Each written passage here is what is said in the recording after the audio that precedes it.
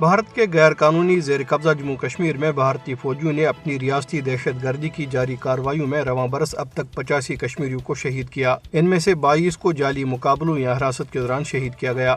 بھارتی فوجیوں، paramilitary police اہلکاروں اور بدنام زمانہ تحقیقاتی اداروں نیشنل انویسٹیگیشن ایجنسی اور اسٹیٹ انویسٹیگیشن ایجنسی کے اہلکاروں نے محاصرے اور تلاشی کی پرتشدد کارروائیوں اور گھروں پر چھاپوں کے دوران 3000 سے زائد افراد کو گرفتار کیا۔ گرفتار افراد میں حریت رہنما، کارکن اور صحافی شامل ہیں۔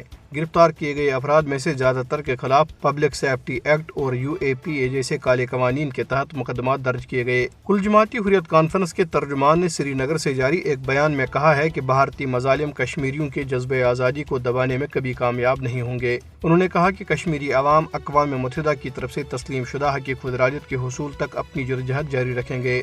انہوں نے عالمی برادری پر زور دیا کہ وہ جنوبی ایشیا میں پائیدار امن کو یقینی بنانے کے لیے تنازع کشمیر کو کشمیریوں کی امنگوں کے مطابق حل کرنے میں اپنا کردار ادا کرے۔ دائیں بازو کی راشٹریہ سویم سیوک سنگھ کے سربراہ موہن بھگوت نے جموں میں ایک اجلاس کے دوران انتہا پسند ہندو تنظیم کے رہنماؤں پر زور دیا کہ وہ مقبوضہ جموں کشمیر میں ہندوتوا کے نظریے کو آگے بڑھانے کے لیے اپنی کوششیں تیز کریں۔ انہوں نے انہیں ہدایت کی کہ وہ تنظیم کے نظریے کو مقبوضہ کشمیر میں نچلی سطح تک لے جائیں۔ بھارتی وزیر اعظم نریندر مودی کی سیاسی سرپرست RSS نے 5 اگست 2019 کو مقبوضہ جموں کشمیر کی خصوصی حیثیت کی منسوخی کے بعد سے اپنا ہندوتوا ایجنڈا مسلط کرنے کی کوششیں تیز کر دی ہیں۔ ادھر واشنگٹن میں قائم انڈین امریکن مسلم کونسل نے اپنی تازہ ترین رپورٹ میں کہا ہے کہ بھارت میں مذہبی اقلیتوں بالخصوص مسلمانوں اور عیسائیوں کے خلاف فرقہ وارانہ تشدد، ٹارگیٹڈ حملوں اور نفرت انگیز تقاریر میں تشویشناک حد تک اضافہ ہوا ہے۔ رپورٹ میں کہا گیا ہے کہ 2023 کی تیسری سہ ماہی کے دوران مسلمان اور عیسائی خاص طور پر پرتشدد واقعات،